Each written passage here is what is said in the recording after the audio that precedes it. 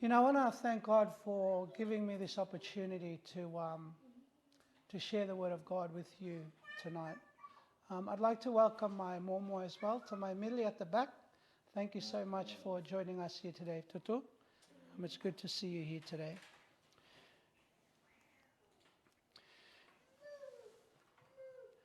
The Bible is the inspired Word of God.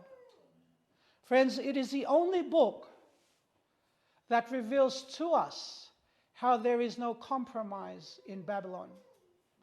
Let us study the Bible, for if we do so, we shall find rest for our souls. Our key text for this evening is found from Daniel chapter 1 and verses 8. But before we do that, let us bow our heads. Father in heaven, Lord, as we are about to dig into your word, we invite your Holy Spirit to worship with us. Lord, I pray that you will use me, Father, and humble me right now, Lord, and bless us, and bless those who are also watching online. In name we pray. Amen. I decided to put up the text on the screen, just so we can all participate. Is that okay? But if you have a Bible, highlight this text. Let's read it together. 2, 3. But Daniel purposed in his heart that he would not defile himself with a portion of the king's delicacy, wine which he drank. Therefore, he requested the chief of the eunuchs that he might not defile himself. You know, friends,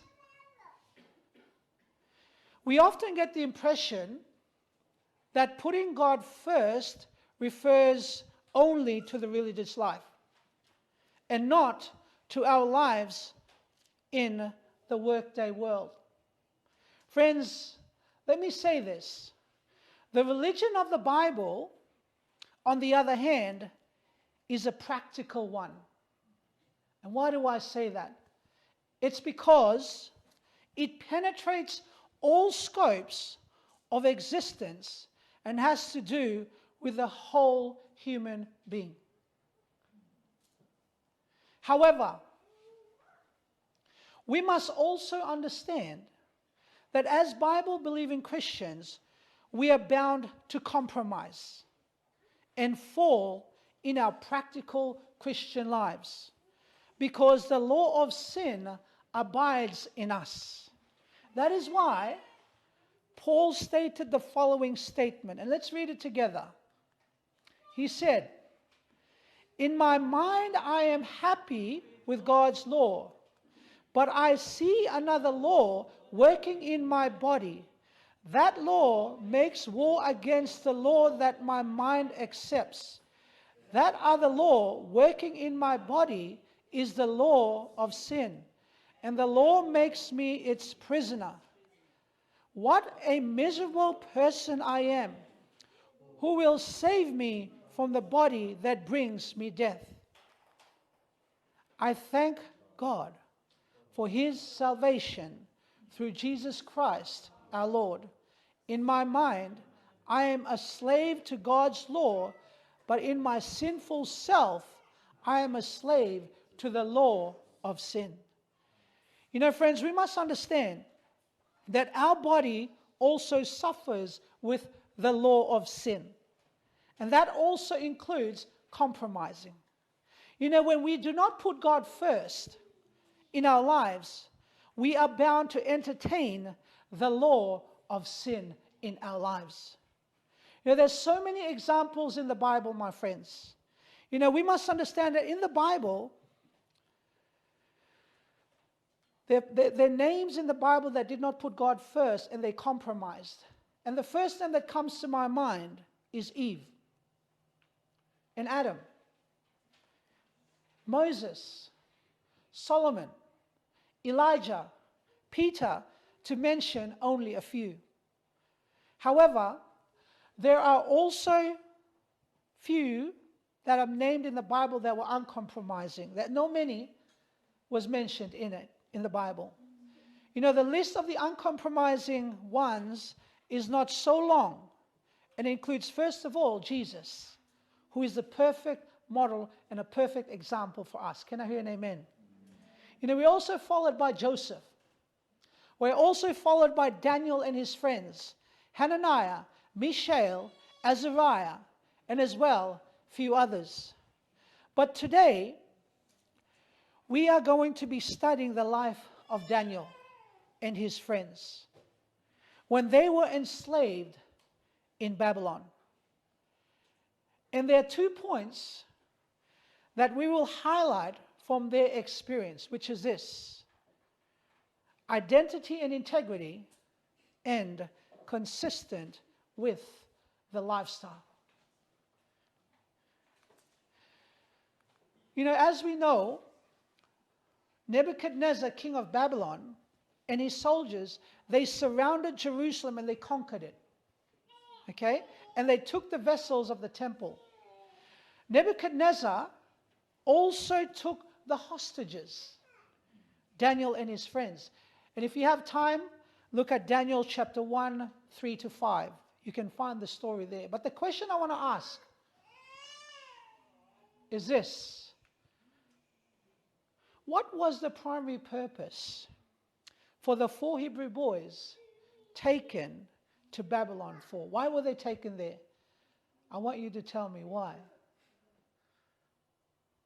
Anybody? Yes? Thank you. You know, the primary purpose for which they were taken to Babylon was this: to serve Babylon from within. I want you to hold your thought there. They were to serve Babylon from within. You know, friends, I've put it up there. They were to be trained at the University of Babylon, get to know the culture of Babylon, be impressed by its beauty and greatness, and serve its interest. You know, these boys had no choice but to learn the culture of Babylon. And because they were slaves at Babylon, because they were slaves on the system of Babylon, as we all know the story. I want to talk about slavery first. You know, slavery, there's always 2 risks with slavery. The first one is isolation. Okay? You know, it's much easier to keep your faith and values and culture when you lock yourself down in an enclave or in prison, in a cell. However, for the sake of the Israelites, you know, God's message through the prophet Jeremiah was not to isolate themselves. They were to present in the life of be present, in the life of Babylon, and to show that they have a God and they have a hope. And I want to read you the text. This is what Jeremiah wrote. This is what the Lord all-powerful and God of people of Israel says to the people he sent into captivity from Jerusalem to Babylon. This is what he said: build houses and live in them.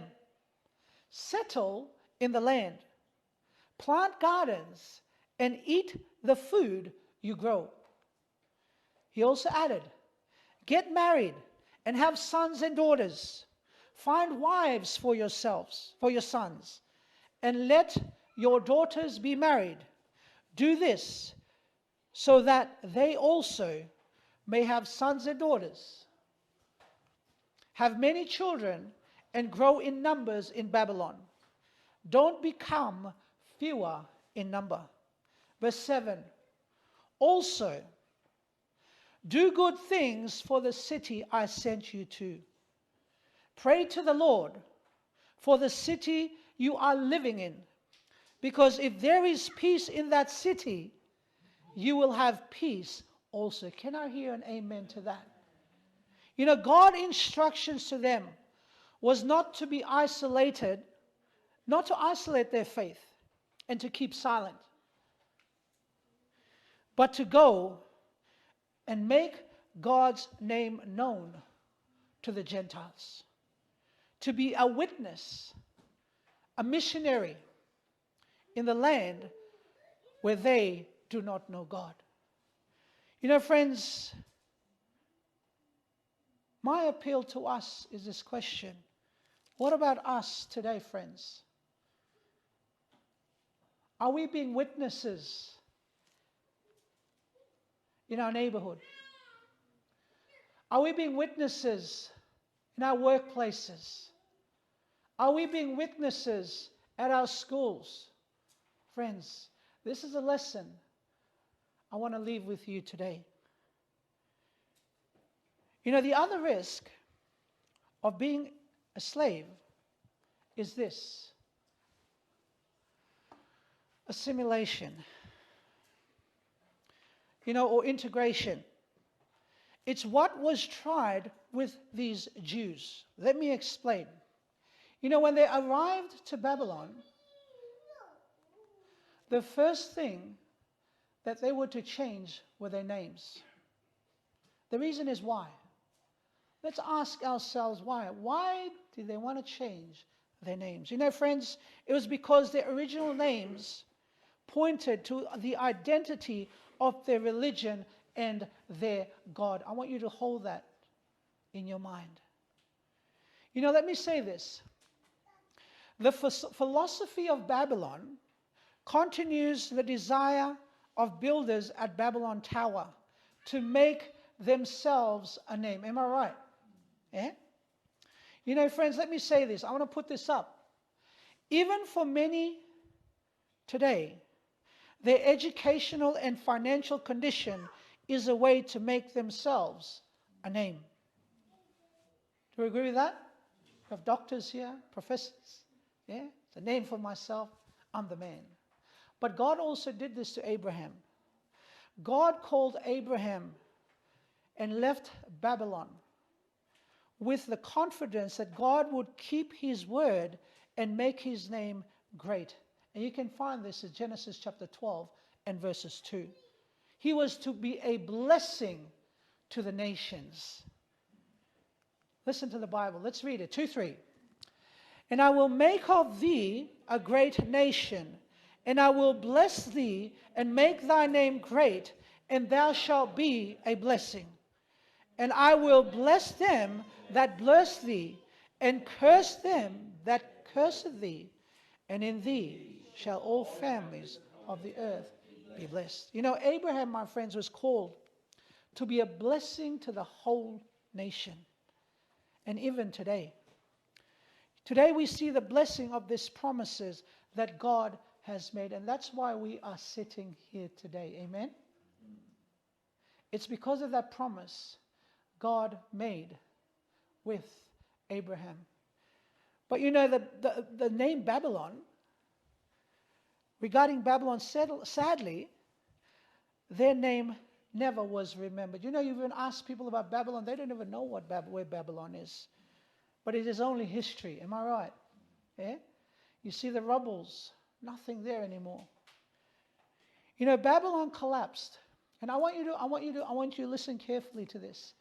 Babylon collapsed, and a new kingdom follows, which was who? Medes and Persia. And I want you to listen very carefully. Daniel built a good relationship with Darius. Am I right? If you read the Bible, he did. He basically was such a good person to him. He loved him. And King Darius also loved him as well. But I want you to notice something. This is something that the Lord showed me today. I was going, wow, this is powerful. When Darius approached the lion's den, because remember how we said the Babylonians changed their names to change their identity? But listen to this. Darius cries out to Daniel when approaching the pit, calling him by his Jewish name, which will remain forever. Listen to this. Let's read it. Daniel, servant of the living God, Has your God, whom you serve continually, been able to deliver you from the lions? You know, the pit with lions which Daniel was put into, as well as the hot oven heated 7 times more with his 3 friends, were to show that they have not lost their identity. They have not lost their identity in Babylon. They have not lost their identity in Medes and Persia. They have not lost their identity in Brisbane, Australia.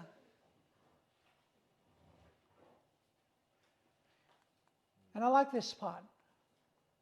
The names could be changed, but the heart could not. The names could be changed, but the hearts could not. You know, these young men were also exposed to the Babylonian education, which evidently contained more than learning new languages necessary for serving the king at the highest level. Friends, the reason for this is because of this. They had thorough knowledge of the Word of God. You know, it's so sad today. You know, I work at Brisbane State High, and sometimes I know that a lot of the Islander kids are Christians, and sometimes I do Bible quizzes with them, and I ask them little Bible stories, Bible questions, and I like asking them. They're like, we don't know, sir. They take me, give me tomorrow. I'll tell you the answer tomorrow. Yeah. Can you see this? This is what's happening with our young people today. You know what I mean? It's so sad. We don't even know the Bible text anymore. You know, we don't even know where Revelation is, or Psalms, or Job. What happened? Friends, we are losing our identity. It's time, my friends, to rebuild it and start reading the Word of God. Because these men, they had thorough knowledge of the Word of God. And that is why they could filter and distinguish the truth from the lie. You know, the process of assimilation, and we're going to touch this next one, did not stop at their names and intellectual development, but also it reached their personal life, including food. You know, Babylon wanted to change their lifestyle, which had great potential in destroying their identity. You know, eating the food served on the king's table contradicted the diet God had clearly established by law in Leviticus chapter 11. The question is this: what is the purpose of the commandments regarding the food? You know, it's amazing. When I was studying this, I go, wow, this is amazing. I've never known this before. But this is the reason, and I'll put it up on the screen so we can read it. The purpose of the commandment regarding food, as well as the entire Jews' law, was sanctification, preservation of identity as God's people.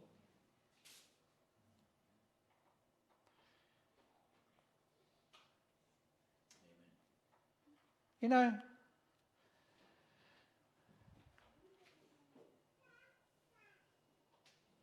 I'll say it later, but this is very important. The diet. You know, it's sad to see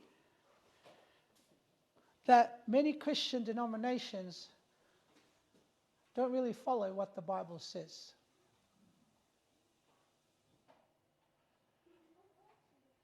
They eat whatever they want to eat. They drink whatever they want to drink. But it's totally against what God wants us to do. It's against God's word to drink alcohol, And we'll learn this further in this further study. Bear with me, please. And that brings us to our last point. It's okay, I've got 10 minutes, not an hour, which is consistent with the lifestyle. You know, one thing we must understand, that Daniel and his friends had no choice in some things. You know, friends, they had no choice in their deportation to Babylon. They had no choice of the changing of their names. They had no choice of their intellectual preparation. They had no choice of their choice of food. You know, think about this. Away from home, slaves in a foreign country. These young men were under huge pressure. In spite of all of this, as we've read in our key text today, Daniel said that he will not what?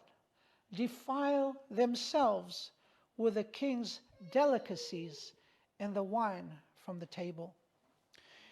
You know, the reason why Daniel said this is this. The language is a religious in connotation. What do I mean? It has to do not only with the nutritional law outlined in Leviticus 11, but also with the fact that it was served in a ritual setting in which the king was considered a god. Because we must remember that in those days, the food that they eat, they sacrifice it, it's dedicated to their gods. So when he came to Babylon, those food that Daniel was told to eat, it was food that was sacrificed to their gods, considered for their gods. You know, when asking for vegetables and water, Daniel was referring to the food established in the beginning by God for humans in Genesis chapter 1 and verses 29. And he implicitly affirms that God, not the king, is the creator. You know, let me say this. In the Bible, there are three things that are an abomination to God. Number one is idolatry. You can find this in Exodus 24 to 23. Number two is unclean food.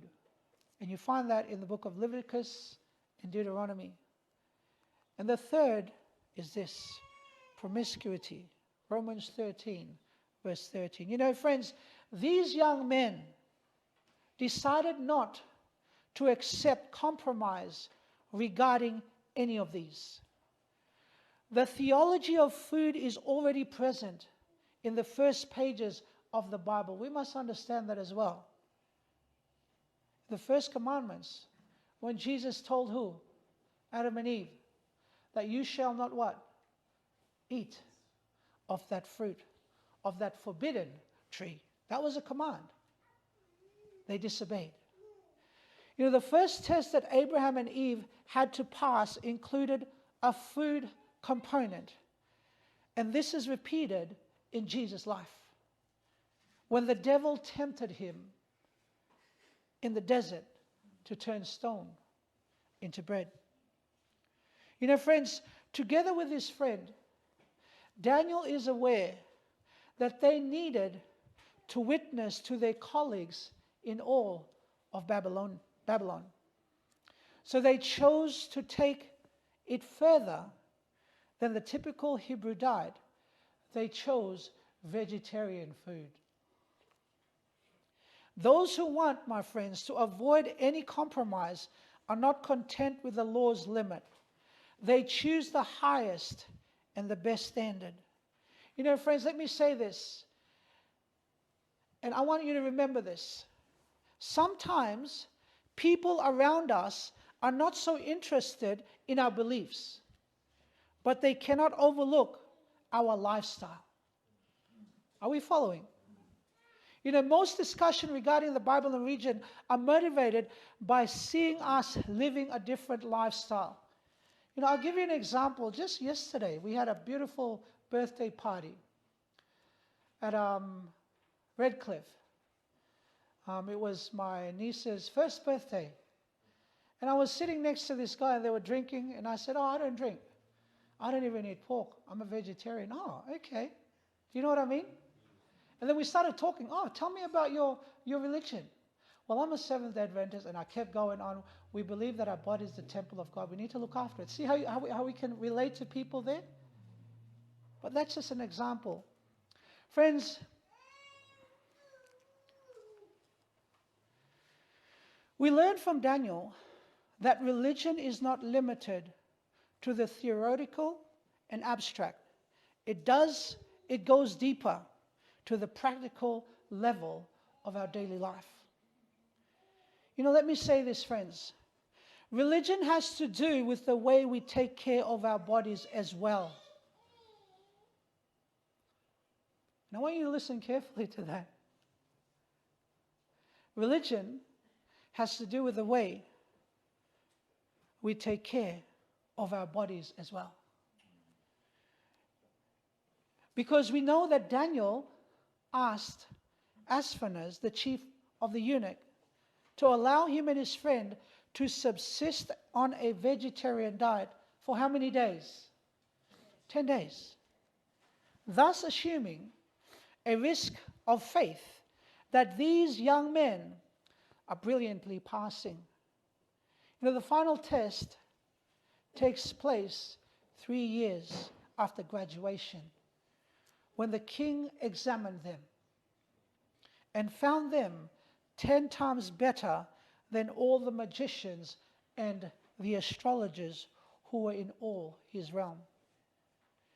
You know, 3 times in the book of Daniel, we see God's intervention taking place. Number 1, first, God delivers Jehoiakim, the king of Judah, into the hands of Nebuchadnezzar. And you find that in Daniel chapter 1 and verses 2. Next, he brought Daniel into the favor and goodwill of Ashpenaz. And number 3, God gave them knowledge and skill in all literature and wisdom. And Daniel had understanding in all visions and dreams. You know, friends, there's a major theme that frequently comes up in the book of Daniel. Victory and liberation.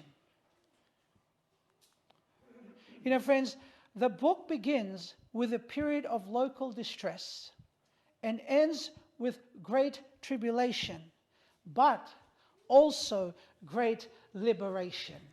Can I hear an amen to that? You know, the victory in the first chapter, when God gives wisdom to these young people, he not only but a prelude to what follows later. Friends, the victory was possible because they decided to remain consistent in their faith. Consistent in their faithfulness to God, even in things that might seem small to some. You know, the saddest thing today, my friends, even in the Seventh-day Adventist Church, you know, people nowadays just don't worry about their diets. They drink coffee, they drink Coke. They think, oh, health is not big, they just eat whatever they want to eat. But friends, consistent in their faithfulness to God, even in the things that might seem small to some. You know, God honored their faithfulness. And God can also do that to you, friends, if you are faithful to Him. God honored their faithfulness by giving them wisdom. You know, the wise, according to the book of Daniel, have shone in the darkness of Daniel. And he promised, and the promise is that they will shine forever and ever. And I want you to read this text. Listen to what the Bible says. The wise people will shine as bright as the sky. Those who teach others to live right will shine like stars forever and ever. Are we following? You know, friends, let me say this. A lifestyle of the end time, in his last sermon, and I'm going to Jesus, I'm going to the New Testament. Jesus recommended the study of the book of Daniel. Did you know that? Come with me. Let's read it together. 2-3. When ye therefore shall see the abomination of desolation spoken of by Daniel the prophet, stand in the holy place. Whoso readeth, let him understand. You know, friends, something for the book of Daniel, a Seventh-day Adventist church. I want to ask you a question, this. And I'm going to come to our church now. How did the Adventist movement begin? How did it begin? You know, friends, the study of the book of Daniel led to the birth of the Adventist movement. This gentleman, his name is William Miller. He was born 15th of February, 1782, and died 20th of December, 1849. He was an American Baptist preacher who is created with the beginning of the mid-19th century North American religious movement known as the what? Millerism. And we know this story. What happened in 1844? They studied this prophecy. Okay, they studied this prophecy. But Jesus didn't come in the book of Daniel. After his proclamation of the second coming did not occur as expected, in the 1840s, new heirs of the message emerged, included the Advent Christians in 1860. Okay? The Seventh-day Adventist Church, what year did it come? 1863. Okay? This was when Alan Harmon and James White came along.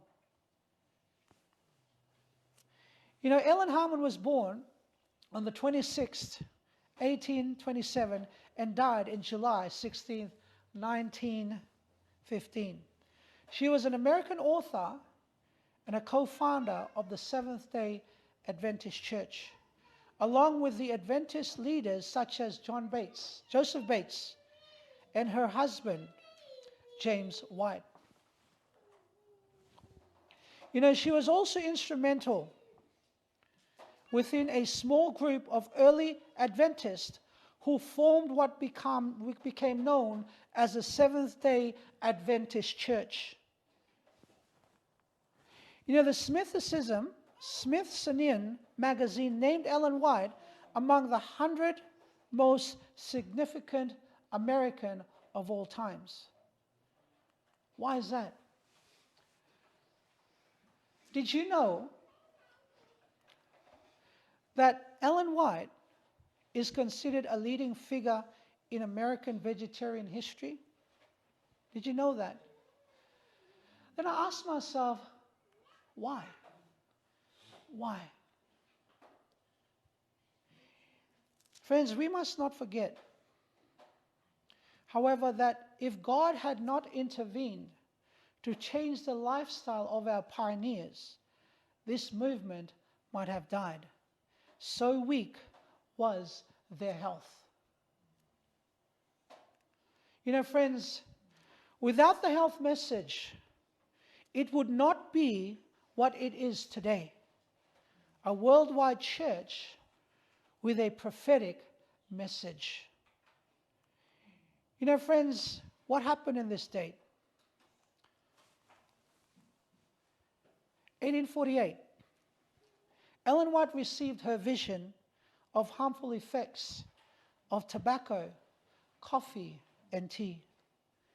You know, it took about 10 years for the church to be cleansed from the vice of tobacco and smoking.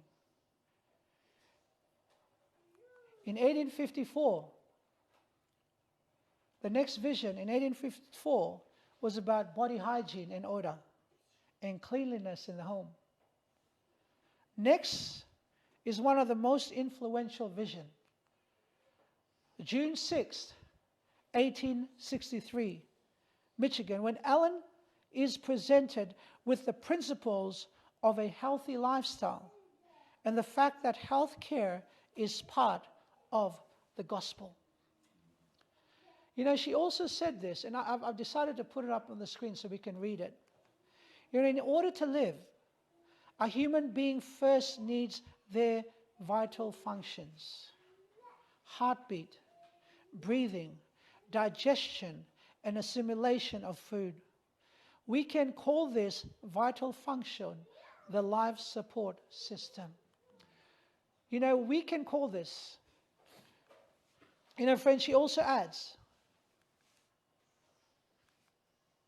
but we function at an even higher level, the intellectual or mental, and through proper care, we can have clearer and correct thinking. Please consider this statement. God created us wonderfully. Not only do we have the physical dimension, but we also have the emotional and intellectual one. You know, friends, he also added an even higher level, that of moral and spiritual judgment. You know, if we ask ourselves, which of the above level is the most resistant to violation, the answer, of course, is a physical one. Am I right? You know, its performance is remarkable. You know, Ellen White says this. This was her vision. You know, there are many who not only neglect to take care of their physique, but abuse it through the use of harmful substances.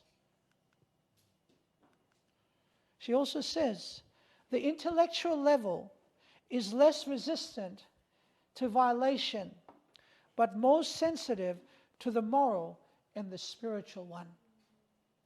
Now, there is a close connection, my friends, among all these levels. And she says this: between the mind and the body, there is a mysterious and wonderful relation. To further emphasize the need of caring for the physical body, she also adds, the health of the body is to be regarded as essential for growth in grace and the acquirement of an even temper. You know, friends, in the Bible, it gives biblical prophecy expressed in poetic language. And I want you to listen to me here. It describes the menu of one who was to become Emmanuel. And you find this in the book of Isaiah 7, verse 15. What does the Bible say?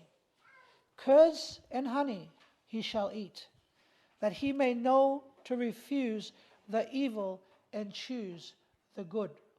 You know, we must remember the metaphor that described Canaan. It was called the land of what? Was it just milk and honey? What does that mean? The metaphor expresses the language of that time, that the country it's got everything that it needs. That's what it means when it says this. So when the Bible said this, it says in Jesus' case, according to the Bible, a healthy and complete diet would influence correct thinking and moral discernment. You know, we have the senses with which we can know the eternal reality. You know, friends, in order to know the spiritual reality, we need the Word of God, but also the presence of the Holy Spirit in our lives as the author. This communication takes place at the intellectual level. You know, unhealthy eating and drinking habits makes God's voice more and more difficult to hear. That's why Isaiah said the following: if you wander from the right path, either to the right or to the left, you will hear a voice behind saying, you should go this way, here is the right way. See the confusion of the mind here. We don't know where to go. Yeah? That's what it means. Another quotation I want to bring up for you is this: all who profess to be followers of Jesus should feel that a duty rests